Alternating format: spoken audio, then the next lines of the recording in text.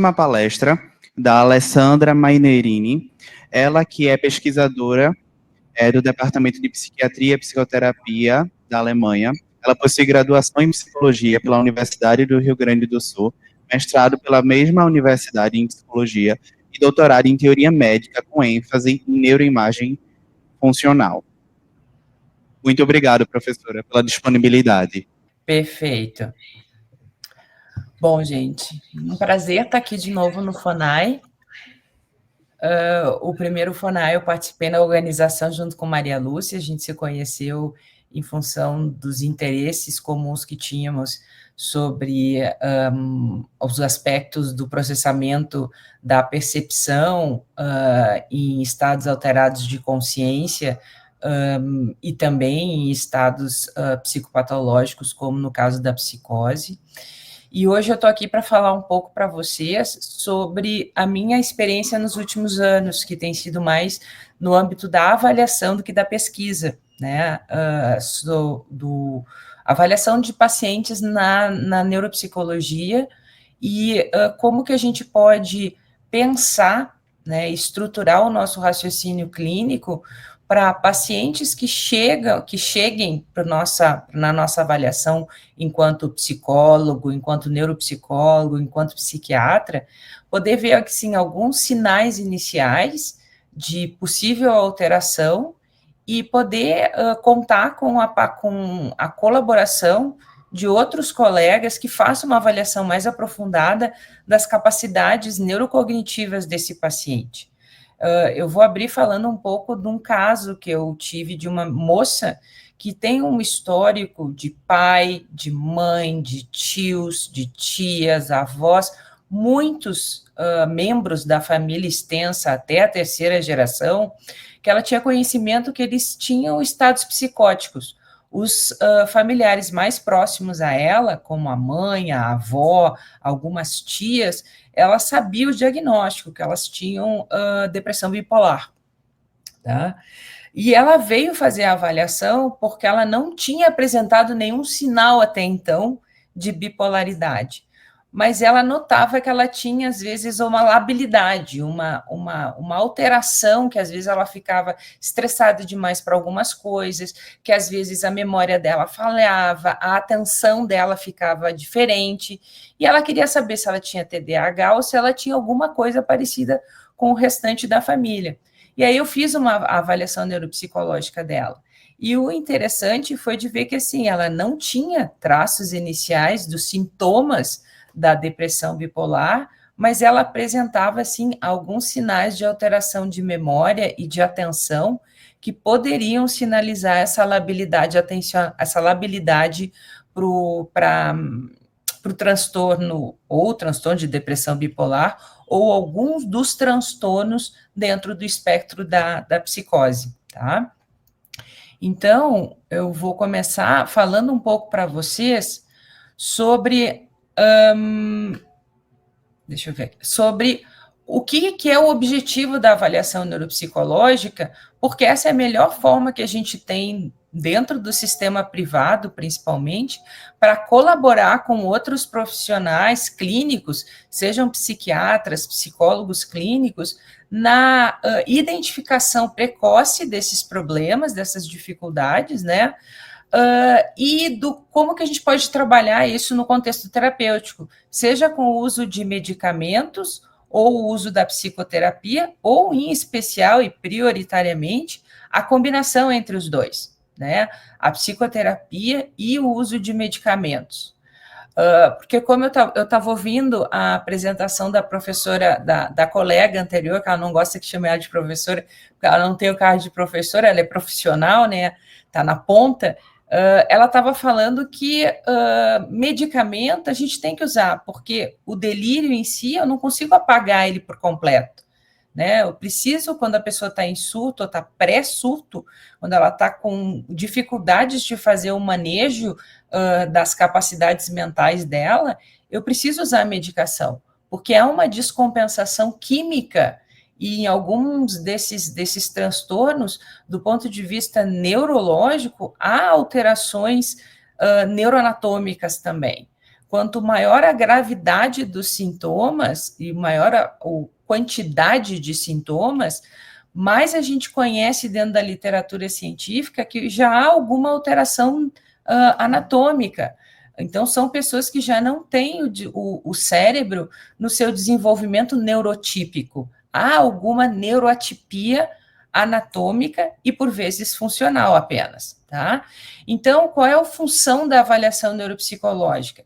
É que hoje, essas informações sobre essas atipias na estrutura do tecido nervoso, seja na anatomia ou seja na comunicação, né, na parte funcional, os exames ou os marcadores biológicos que a gente tem para eles ainda são praticamente inexistentes. Se você pegar um paciente com esquizofrenia em primeiro surto e colocar ele dentro de uma ressonância magnética funcional e fizer com ele uma avaliação de fMRI, não vai aparecer nenhuma alteração específica. Se você fizer uma avaliação de MRI, ou seja, uma avaliação anatômica, ainda assim você não vai encontrar nenhuma uma alteração significativa, porque muitas vezes o nosso instrumento, a nossa lupa, que são esses exames, essas máquinas, elas não estão suficientemente ainda calibradas para enxergar o tamanho minúsculo que são as estruturas e a neuroquímica do nosso cérebro. Mas, na avaliação neuropsicológica, quando você usa testes padronizados, que são a maioria dos testes da área da psicologia, em que você consegue avaliar a função cognitiva, comparando esse indivíduo com a faixa etária, grau de escolaridade, com grupos, amostras significativas, fazendo um tratamento estatístico adequado, você consegue enxergar essas pequenas alterações do comportamento e da função cognitiva que num exame, num marcador biológico, eu não consigo enxergar ainda, tá? Mas a pessoa muitas vezes já experiencia. E voltando à história da Maria Lúcia, né, por conta do livro dela, que é a biografia dela, né, ela começou a enxergar algumas alterações antes do surto propriamente dito, mas ela não considerava aquilo ali como problemas ainda, embora já tivessem algumas indicações. Só que essas informações, elas não são divulgadas na cultura geral, elas não são divulgadas muito também entre os nossos profissionais de saúde, porque a nossa forma de pesquisar e de trabalhar com esses transtornos é quando a pessoa já chega no seu estágio máximo, ou seja, ela já chega em surto. Ela não vai procurar o atendimento anterior, a não ser que ela tenha alguma dificuldade muito grande. E isso custa aparecer e aparece em geral no surto. Embora a família, as pessoas ao redor começam a perceber que tem alguma coisa que não está 100%. A pessoa anda estressada, a pessoa anda com irritadiça, a pessoa anda com algumas dificuldades, às vezes, de desatenção e de memória, mas as pessoas acham que aquilo ali vai passar com o tempo, e às vezes não passa. A avaliação neuropsicológica ajuda exatamente a gente poder investigar as alterações, né, desses quadros neurológicos e neuropsiquiátricos, a poder fazer essas associações entre alterações cognitivas e comportamentais do indivíduo e também poder fazer um monitoramento da evolução dos quadros neurológicos. Tem pacientes, pessoas que conseguem fazer esse automonitoramento, mas ensinar o paciente a fazer esse automonitoramento vai depender muito também da condição que ele se apresenta. Tem pessoas que têm uma alta capacidade intelectiva e conseguem fazer esse automonitoramento. Tem outras pessoas que, tendo uma capacidade intelectiva mediana, ainda assim, por conta das dificuldades do transtorno, elas acabam tendo muita dificuldade de fazer esse automonitoramento. Então, a gente precisa começar a aprender a investigar como que ocorre esse automonitoramento, tá? Que características, para além dos sinais, dos sintomas que a pessoa apresenta, que seriam as características positivas, no sentido de potenciais para que ele possa gerenciar, monitorar as suas alterações e, com isso, gestar a sua vida de maneira mais eficiente. Mas esta parte, que é a parte do que há de potencialmente positivo no caso, em geral a gente acaba não olhando. Mas quando você faz uma avaliação neuropsicológica, você consegue identificar algumas dessas questões, tá? E por que eu estou falando isso? Porque exatamente através da avaliação a gente monitora os tratamentos, a gente planeja a reabilitação voltada exatamente para quais são as alterações cognitivas que esse indivíduo tem e quais são as alterações neurocognitivas que ele não apresenta, ou seja, que ele tem um desenvolvimento típico para a idade e grau de escolaridade dele. Porque daí a gente vai ter que trabalhar com essas condições para auxiliar melhor o gerenciamento das atividades do cotidiano. Bom, a gente vai ver um pouquinho aqui sobre qual é o raciocínio de hipóteses, a caracterização, o tipo das alterações cognitivas que existem em cada uma das funções dos diagnósticos, né, do espectro da psicose. A gente vai poder identificar também alterações comportamentais, alterações no dia a dia, porque isso aqui é o que vai fazer parte do processo de avaliação como um todo. Não é apenas dar o diagnóstico a partir dos sintomas que as pessoas apresentam, mas poder entender como que a pessoa vive no seu cotidiano com este problema ou com essas dificuldades que eles têm evidenciado. Então, o processo de avaliação neuropsicológica passa necessariamente pela entrevista clínica, anamnese, em que vai ser importante, né, a gente conhecer muito bem a história, o quadro atual deste paciente. Também vai ser muito importante a gente conhecer a vida pregressa desse paciente, né, dos familiares, desse paciente, para a gente entender componentes e predisponibilidade do pool genético desse paciente em função do histórico familiar que ele tenha, assim como vai ser sempre muito importante a gente avaliar o uso de substâncias, drogas, a qualidade do cotidiano de vida dele de modo geral, para a gente poder estabelecer as relações entre o que a gente vai encontrar na testagem, no uso de testes psicológicos para identificar as possíveis e potenciais alterações neurocognitivas e aquelas que estão estáveis, para fazer essa interpretação dos testes como um todo. Ainda quando a gente pensa na entrevista, né, nessa anamnese, a gente vai sempre ter que pensar no grau de escolaridade, no tipo de escola, no nível socioeconômico, cultural, porque aí está também uma parte da explicação de por que algumas pessoas conseguem com maior facilidade fazer esse automonitoramento e aquelas que não conseguem fazer o automonitoramento. Desculpa, gente, eu estou passando os slides no lugar errado. Tá dando para acompanhar agora? Está sim. Desculpa, agora que eu me dei conta. Tá, eu estou falando aqui agora.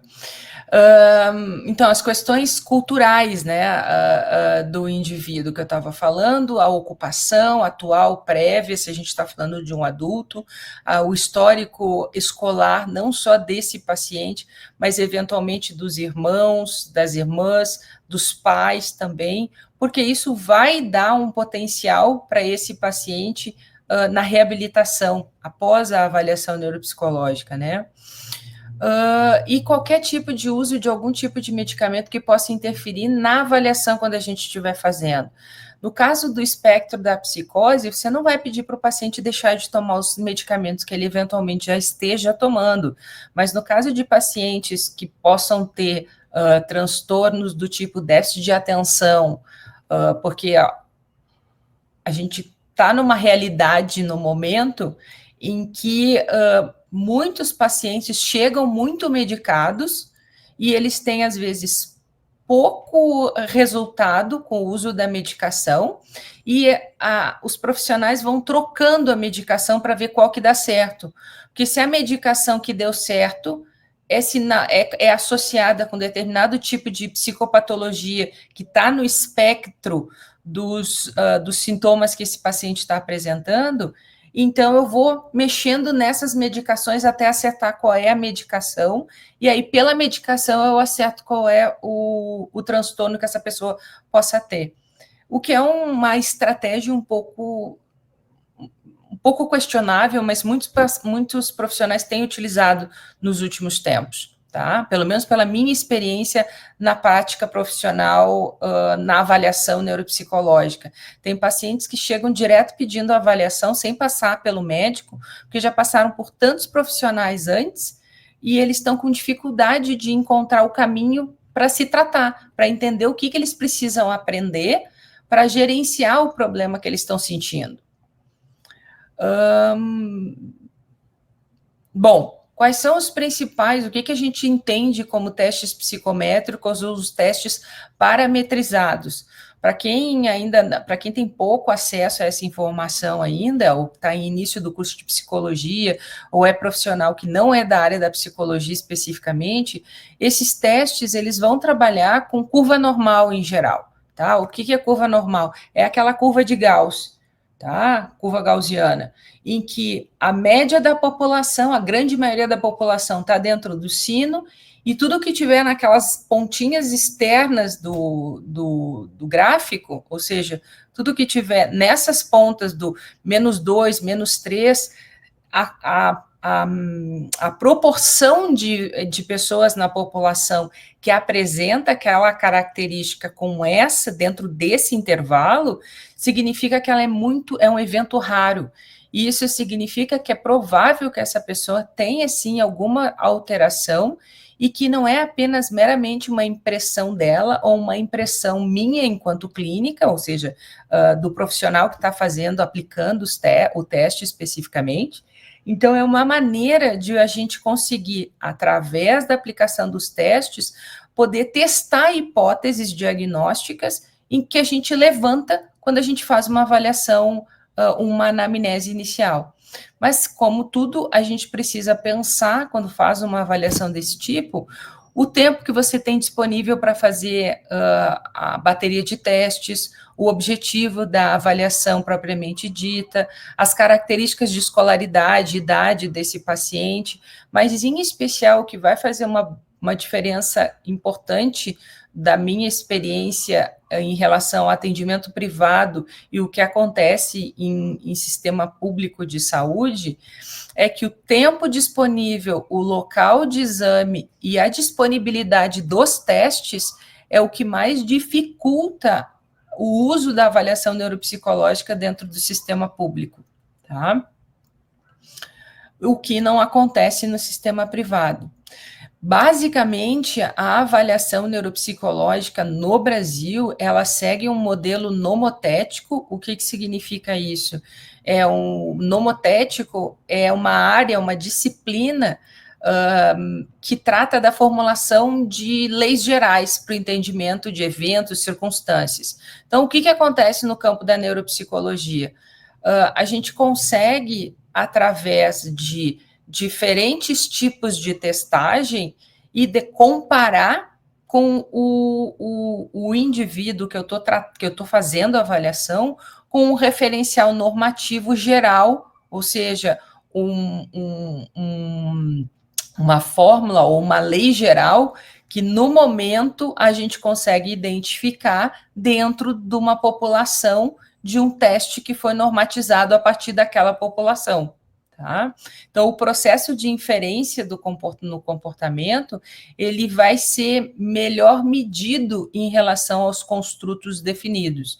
Então, quando eu tenho um teste psicológico para avaliar atenção, memória, raciocínio, linguagem, e ele é um teste parametrizado, o que se quer dizer com isso é que existe uma regra geral na média da população, e se eu comparo o meu paciente, ele está muito distante dessa regra geral que é identificada na população, isso é um sinal de que naquele aspecto ele pode ter uma fortaleza absurda, como quando a gente pensa em casos de superdotação, por exemplo, ou ele pode ter uma deficiência muito grande naquele aspecto, quando a gente pensa em aspectos relacionados a dificuldades intelectivas.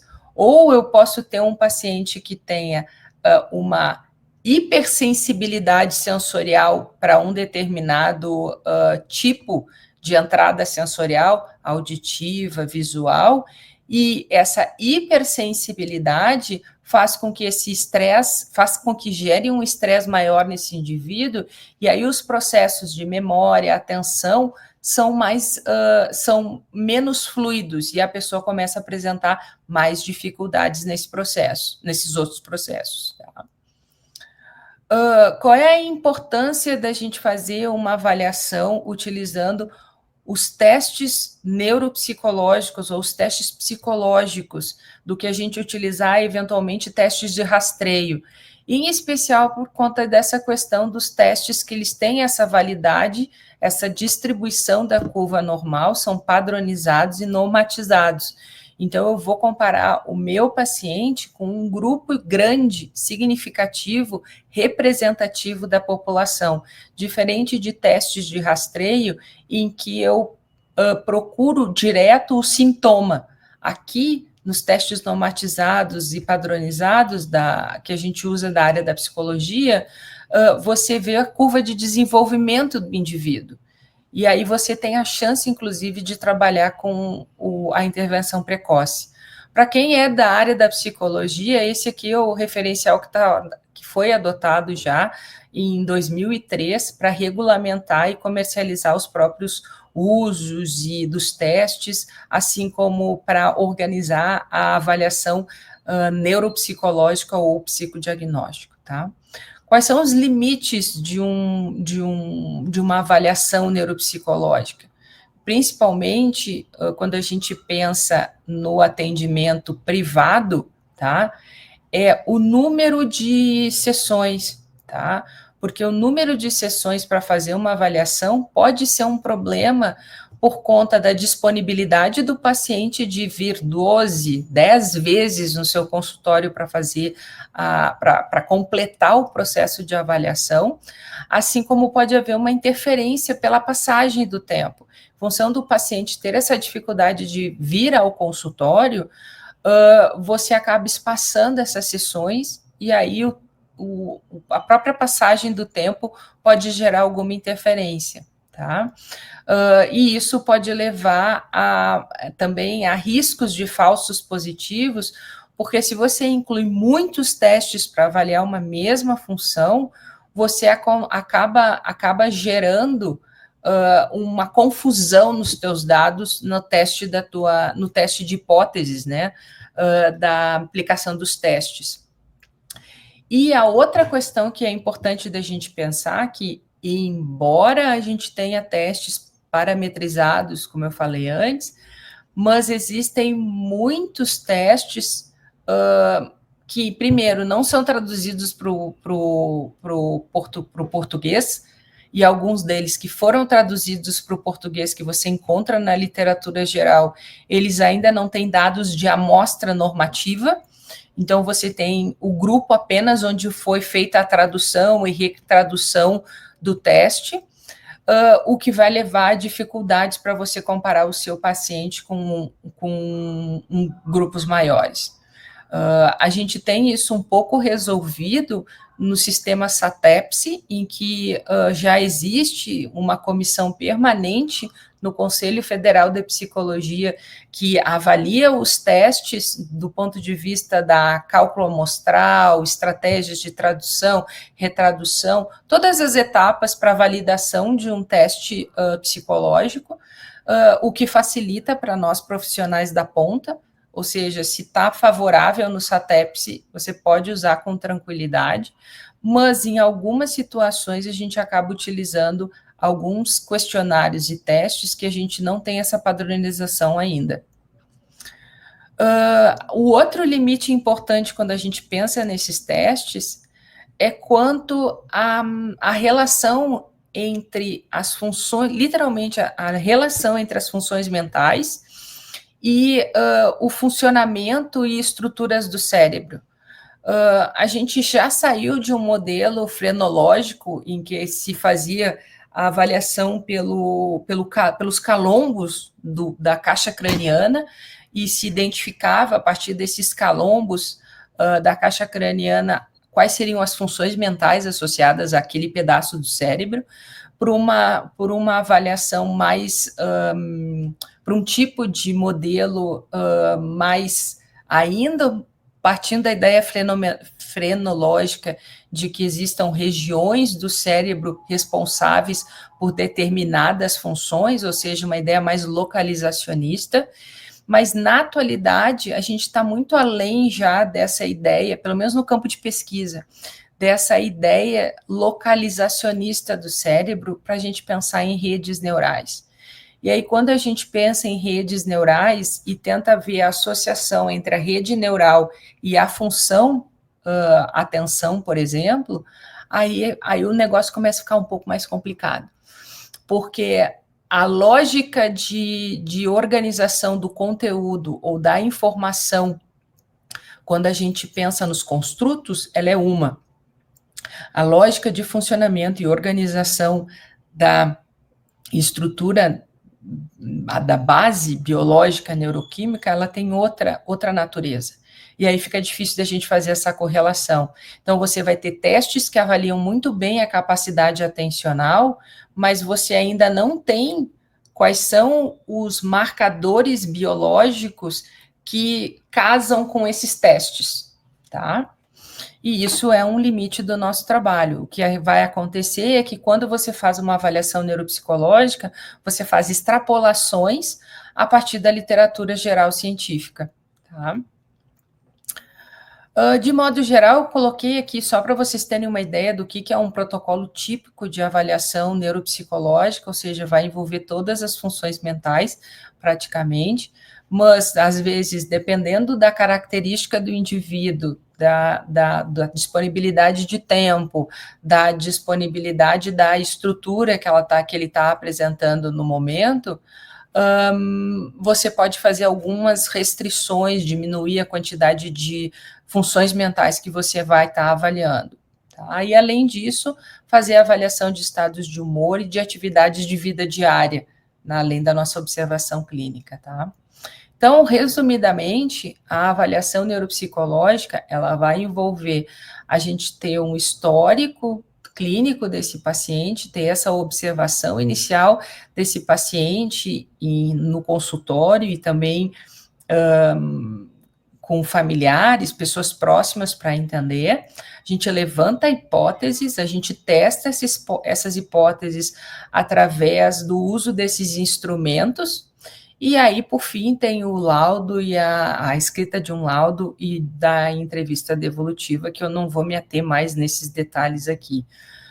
Porque aqui eu acho que vai ser relevante a gente pensar que os testes, eles vão sempre trazer, a gente vai sempre ter que pensar nessas características psicométricas. E aí eu acho muito interessante a iniciativa do grupo de pesquisa da Maria Lúcia, porque a grande maioria dos instrumentos que a gente tem para avaliar funções mentais, a gente não tem quase instrumentos para avaliar aspectos de percepção e sensação. Existem muitos desses instrumentos do ponto de vista de pesquisa, mas do ponto de vista de uso para testagem, numa avaliação neuropsicológica, por exemplo, a gente tem menos acesso a essas informações, né? Menos acesso a esses testes padronizados. Aqui é um pouquinho também da racionalidade, para vocês entenderem desse processo de diagnóstico, e eu acho importante falar um pouquinho dessa racionalidade para aquilo que vocês vão ver daqui a pouquinho mais, quando eu for falar especificamente sobre a questão da avaliação neuropsicológica na psicose. Ou seja, a gente precisa avaliar sempre a questão funcional, ou seja, sintomas, os sinais de funções comprometidas no cotidiano desse indivíduo, tendo em mente os modelos de como que a nossa cognição funciona, de como o nosso cérebro funciona, de como é a genética para diferentes tipos de transtornos mentais, que vão poder nos auxiliar daí nesse processo de diagnóstico diferencial. Eventualmente, a partir do momento que você tem a descrição dos sintomas, dos sinais de funções comprometidas cognitivas do indivíduo, inclusive pela testagem que você faça, você vai fazer uma extrapolação de qual é o referencial anatômico funcional, ou seja, quais são as possíveis alterações do sistema nervoso central que esse indivíduo possa estar apresentando. E aí que você vai poder pensar em qual é o diagnóstico, a etiologia que esse paciente possa estar apresentando e fazer uma compatibilização entre esses 3 níveis aqui com o nível ecológico, ou seja, quais são desses achados que eu tenho, dessas informações que eu tenho dos testes e da entrevista com esse indivíduo, que são compatíveis com as atividades de vida diária desse indivíduo. Porque aqui está a chave do negócio da bendita da autoobservação, que eu acho que é uma característica importante não só para a psicose, mas para diferentes transtornos mentais, diferentes problemas de saúde mental. Quanto mais a pessoa tem essa capacidade ou desenvolve uma capacidade de autoobservação, autopercepção, mais ela tem condições de identificar o que ela precisa transformar ou onde ela está pisando, digamos assim, em um terreno que vai lhe causar mais dificuldades por conta do contexto que ela vai estar inserida, pode ser um contexto disparador de gatilhos nessa pessoa. Então, no caso da psicose em especial, um dos gatilhos para que a pessoa comece a ter alterações cada vez maiores de atenção, de raciocínio, de perceptual, de lógica, é o estresse. O estresse é um gatilho extremamente grande, e hoje isso tem sido investigado em diferentes psicopatologias também, por conta exatamente da alteração neuroquímica que o estresse traz para a gente. Então, a capacidade de eu me auto-observar, eu consigo verificar quais são os sinais iniciais, e aí eu consigo me monitorar, mudar a minha estratégia comportamental, mudar o meu contexto de vida para diminuir o meu estresse e eu não passar por problemas mentais mais significativos. Por que eu estava falando daqueles níveis todos? É porque quando a gente pensa em diagnóstico, a gente tem no espectro da psicose diferentes transtornos ou estados mentais. Eu coloquei aqui esquizofrenia, transtorno esquizoforme, transtorno psicótico breve, transtorno psicótico delirante, transtorno esquizoafetivo, bipolaridade, depressão maior com sintomas psicóticos. E vocês podem ver que se vocês lerem um pouquinho sobre cada um desses sintomas da esquizofrenia em direção até o estado prodrômico, os episódios e a intensidade deles vão diminuindo em frequência, tá? Então, isso é um sinal do tal do espectro. E outra questão importante da gente pensar aqui é a fase de desenvolvimento em que a grande maioria desses sintomas pode vir a acontecer. Em caso da esquizofrenia, por exemplo, a gente tem o início mais comum na adolescência, na vida adulta, né? Os transtornos de depressão, transtorno da bipolaridade, a gente vai ter na adolescência tardia, também no início da adultez. Já a depressão maior com sintomas psicóticos, ela já tem início variável. Então, isso mostra que tem alguns desses transtornos dentro do espectro da psicose que tem um componente que pode estar muito bem associado e que hoje já existem indícios, sim, na literatura científica, mostrando que eles estão Ok. Então, como eu estava falando, tem alguns desses dos transtornos dentro do espectro da psicose que eles têm uma característica desenvolvimental, ou seja, tem um início ao longo da adolescência e da adultez, da jovem adultez, né? E outros que acontecem em qualquer época da vida. Então, o que a gente precisa observar nisso? Tá?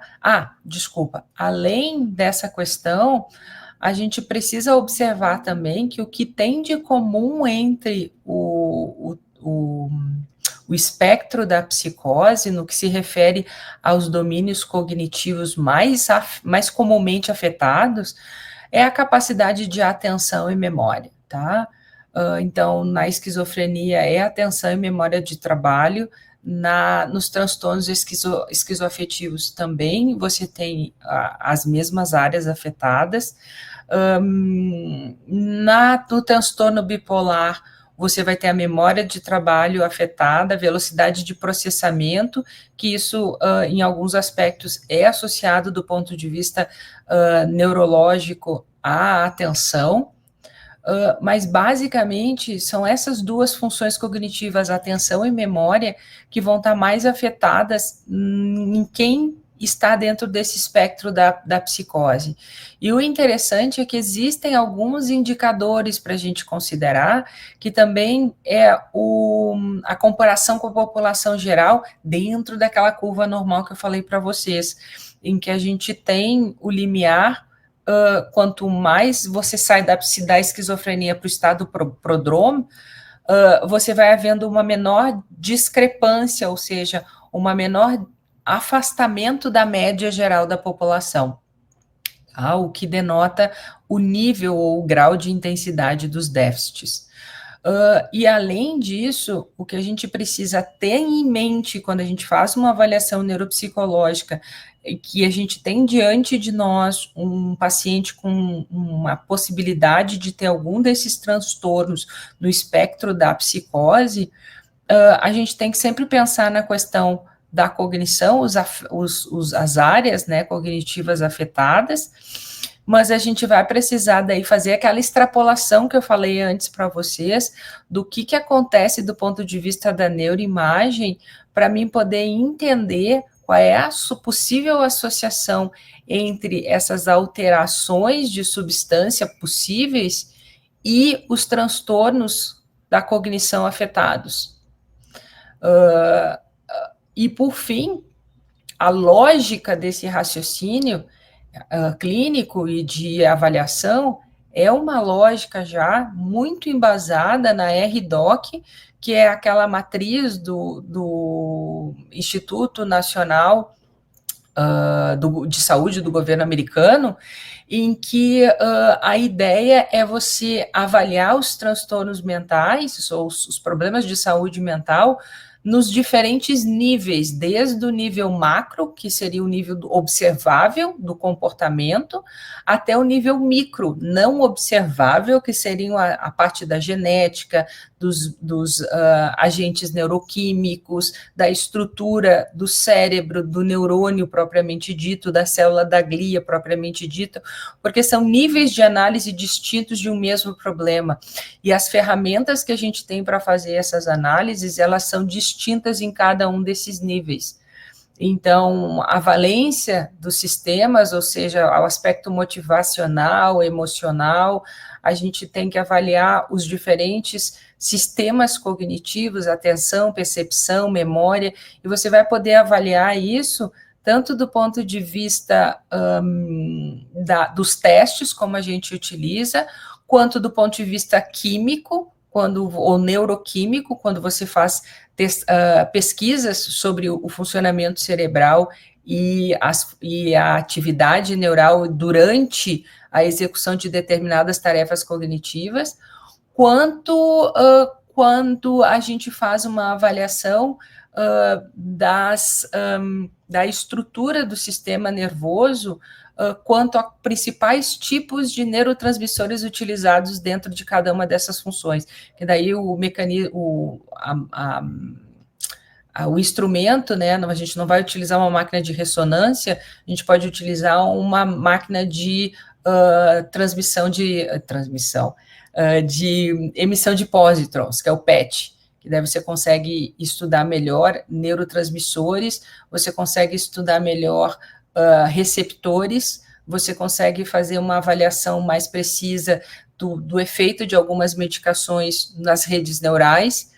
Então, são diferentes níveis de análise. Quando você faz uma avaliação neuropsicológica, você não vai chegar a esses níveis de análise, mas você precisa ter conhecimento desses níveis de análise para poder fazer uma interpretação mais completa do caso e poder promover uma intervenção também mais eficiente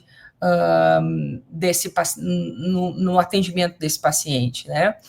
Então, o que o contexto privado em relação ao contexto público pode oferecer de diferente ou de aspecto diferenciado é que você tem acesso a um maior número de testes, como você tem a clínica é privada, dependendo do especialista, ele pode investir na sua própria formação, e aí você vai ter acesso, às vezes, a profissionais mais especializados do que, às vezes, você vai ter no sistema público. No sistema privado, há uma demanda por relatórios, ou seja, os laudos serem mais rápidos, mais precisos, exatamente para que os outros profissionais da área da saúde consigam fazer intervenções igualmente mais precisas. Então, não adianta você querer dar uma medicação e estimular esse paciente a se autorregular, se ele está tendo várias outras demandas do ponto de vista neurocognitivo, que ele não vai conseguir fazer essa autorregulação. Então, essa lógica de trabalho vai ser importante, né? E um dos principais limites que eu vejo, né, quando a gente pensa em trabalhar em avaliação neuropsicológica no sistema privado, é que há muita resistência dos planos de saúde para oferecer esse tipo de serviço para os pacientes, em função de que é um tipo de serviço que vai demandar um número maior de sessões, vai demandar um profissional com bastante especialização, porque ele vai ter que fazer essa interdisciplinariedade na hora que ele está fazendo a avaliação em si, fazendo chegando a conclusões a partir do histórico do paciente, os testes que ele está utilizando, as ferramentas que ele tem, o histórico de genética daquela família, genética comportamental daquela família, né? E o outro aspecto que é bastante limitante, vamos dizer, às vezes, no sistema privado, é que você, enquanto profissional, precisa procurar uma articulação ativa com outros profissionais, porque é um tipo de serviço, é um tipo de exame que outros profissionais vão indicar você vão indicar o paciente a fazer esse exame. Não é algo que comumente as pessoas batem na porta pedindo para fazer uma avaliação neuropsicológica. Com raras exceções, a grande maioria vem encaminhado por outros profissionais da área da saúde, e você precisa criar essa rede de contatos, ao passo que no sistema público, essa rede de contatos, em certa medida, ela já se estabelece porque estão dentro de um mesmo sistema, ou seja, estão dentro de um CAPS, estão dentro de um hospital público, e aí essa rede multidisciplinar acaba acontecendo de uma maneira um pouco mais orgânica do que no sistema privado, tá? E para finalizar, eu trouxe aqui, basicamente, a ideia principal dessa lógica de raciocínio. Vocês podem ter acesso a esse artigo, o Cognitive Deficits in Psychotic Disorders, e uma perspectiva da questão desenvolvimental, né, ao longo da vida, que é basicamente essa última parte da minha palestra. E a parte inicial, quem quiser entender um pouco melhor sobre testagem neuropsicológica, laudo, avaliação neuropsicológica, como fazer essas correlações entre as funções cognitivas e o funcionamento neural, esse conjunto de livros aqui já dá uma ajudada, tá? Então, em função até do adiantado da hora, eu agradeço a atenção de vocês, e se vocês tiverem alguma dúvida, alguma colocação para trazer, eu estou disposta, estou disponível para vocês colocarem os tópicos. Muito obrigada.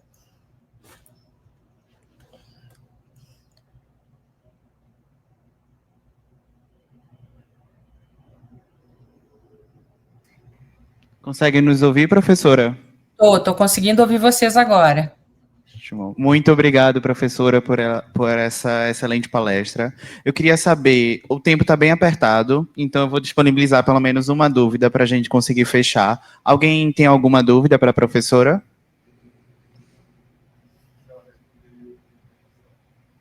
Então, ótimo. Professora, muito obrigado. Não surgiu nenhuma dúvida aqui. Gostaríamos de agradecer. A senhora gostaria de fechar com alguma coisa, alguma conclusão, consideração final? Não, gente, assim, eu acho que o grande desafio da área é a gente poder encaminhar, tornar a ideia da avaliação neuropsicológica para o campo da psicose, né, uma atividade ou um tipo de exame mais comum na prática dos clínicos de modo geral. Porque essa é uma prática comum quando você pensa em crianças e quando você pensa em idosos. Mas quando você pensa em adultos jovens, que apresentem alterações